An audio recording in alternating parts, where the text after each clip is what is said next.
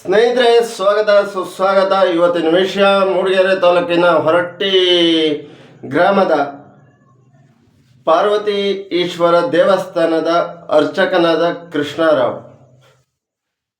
ಯುವತಿ ಹೆಸರು ಹೇಳಲ್ಲ, ಹೆಣ್ಮಕ್ಳ ಹೆಸರು ಹೇಳಬಾರ್ದು ಇಂಥ ಸೋಷಿಯಲ್ ಮೀಡಿಯಾದಲ್ಲಿ.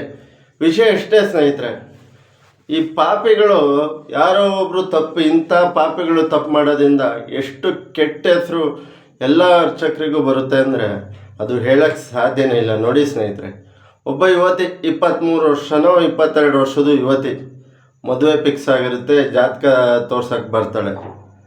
ಜಾತಕ ತೋರ್ಸಕ್ಕೆ ಬಂದಾಗ ನಿನ್ನ ಹಸ್ತರೇಖೆ ನೋಡ್ತೀನಿ ಅಂತ ಹೇಳಿ,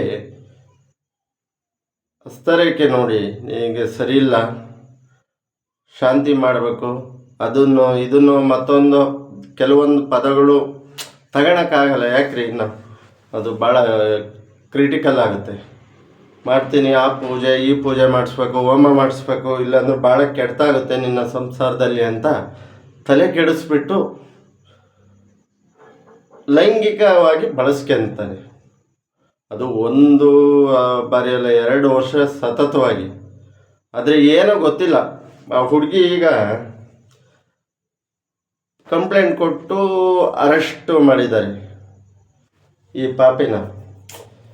ಈಗ ಈ ಹುಡುಗಿಗಾರು ಬುದ್ಧಿ ಬೇಡವಾ ಸ್ನೇಹಿತರೆ? ಲೈಂಗಿಕವಾಗಿ ಬಳಸ್ಕೊಳ್ಬೇಕಾದ್ರೆ ಈ ಹುಡುಗಿಗೆ ಬುದ್ಧಿ ಬೇಡವಾ? ಇಂಥ ಪಾಪಿಗಳಿಂದ ದೂರ ಇರಬೇಕು ಅಂತ. ಯಾವಾಗಲೂ ಹೆಣ್ಮಕ್ಳಾಗಲಿ, ಅವರು ದೊಡ್ಡವರಾಗಲಿ ವಯಸ್ಸಾದವರಾಗಲಿ, ಇಂಥ ಸ್ಥಳಕ್ಕೆ ಬಂದಾಗ ಈ ಥರ ಮಾಡ್ತಾ ಇದ್ದಾರೆ ಅಂದರೆ ಅವಾಗಲೇ ಅರ್ಥ ಮಾಡ್ಕೋಬೇಕು. ಒಬ್ಬ ಮನುಷ್ಯ ಮಾತಿಂದ, ಒಬ್ಬ ಟಚ್ಚಿಂದ ಗೊತ್ತಾಗಲ್ವಾ?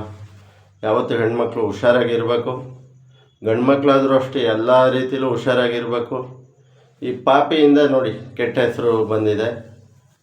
ಈಗ ಇವನ್ನ ಅರೆಸ್ಟ್ ಮಾಡಿದ್ದಾರೆ, ಪೊಲೀಸ್ ಸ್ಟೇಷನಲ್ಲಿ ಇಟ್ಟಿದ್ದಾರೆ, ವಿಚಾರಣೆ ನಡೀತಾ ಇದೆ. ಜಾಸ್ತಿ ನಾವೇನು ಮಾತಾಡೋಕ್ಕಾಗಲ್ಲ. ಹೆಣ್ಮಕ್ಳೆಲ್ಲ ಹುಷಾರಾಗಿರ್ಬೇಕು.